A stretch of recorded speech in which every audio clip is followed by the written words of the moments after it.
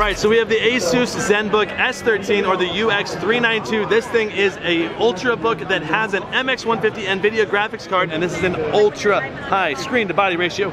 Just look at the beautiful finish on the back. It's a brushed aluminum finish, and it looks freaking gorgeous. Like, it is one of the most beautiful laptops I have seen in a long time. It's got an all metal construction. It's extremely rigid for how thin it is. You cannot torque this thing at all. This thing has a 97% screen to body ratio, and that is the real advantage of this thing. It has the reverse notch, so instead of the notch going into the screen like it does on the iPhone, it goes above and makes a little notch above, and that allows them to reduce the bezel size all the way across, increasing the screen to body ratio another several percent. The sides are very minimal, and the bottom bezel is essentially non-existent when you're using the laptop at a typical angle. There's basically no bottom bezel whatsoever. Now, it does sit up right here. This does go against the table, so the laptop is raised at a nice angle when you're typing. It's not a perfectly flat keyboard, so you may or may not like that.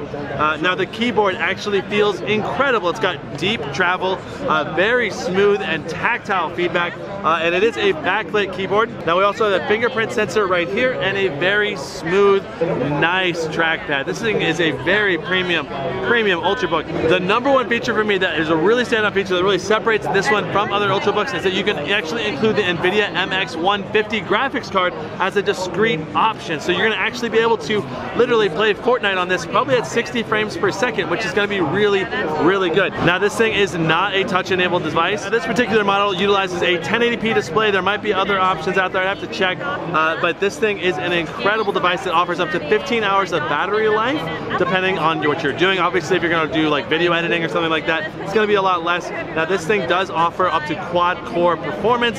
It's also a very minimal power-limited CPU, so you're going to have limited render times. And if you get the MX150 version, you will be able to actually do some serious video editing because you have the CUDA cores on that MX150, enabling better effects management and smoother overall editing experience. So this thing is kind of blowing my mind as like a little mini, extremely powerful and still very useful Ultrabook. All right, taking a look at the ports, we have a USB-C, a USB-C, and a micro SD card. Now, you do power this with a USB-C power cable, so one of these will be taking up recharging the laptop.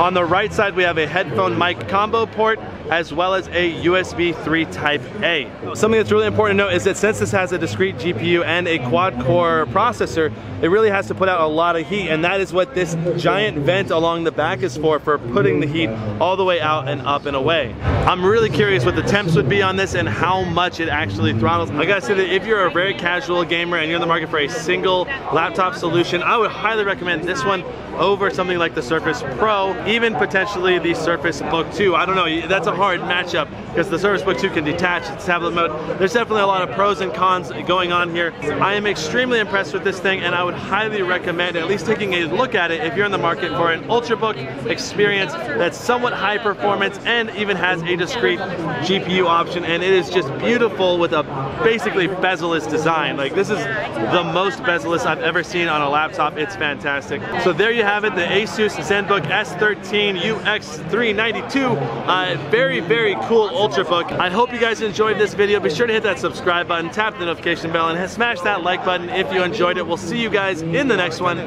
Brandon out.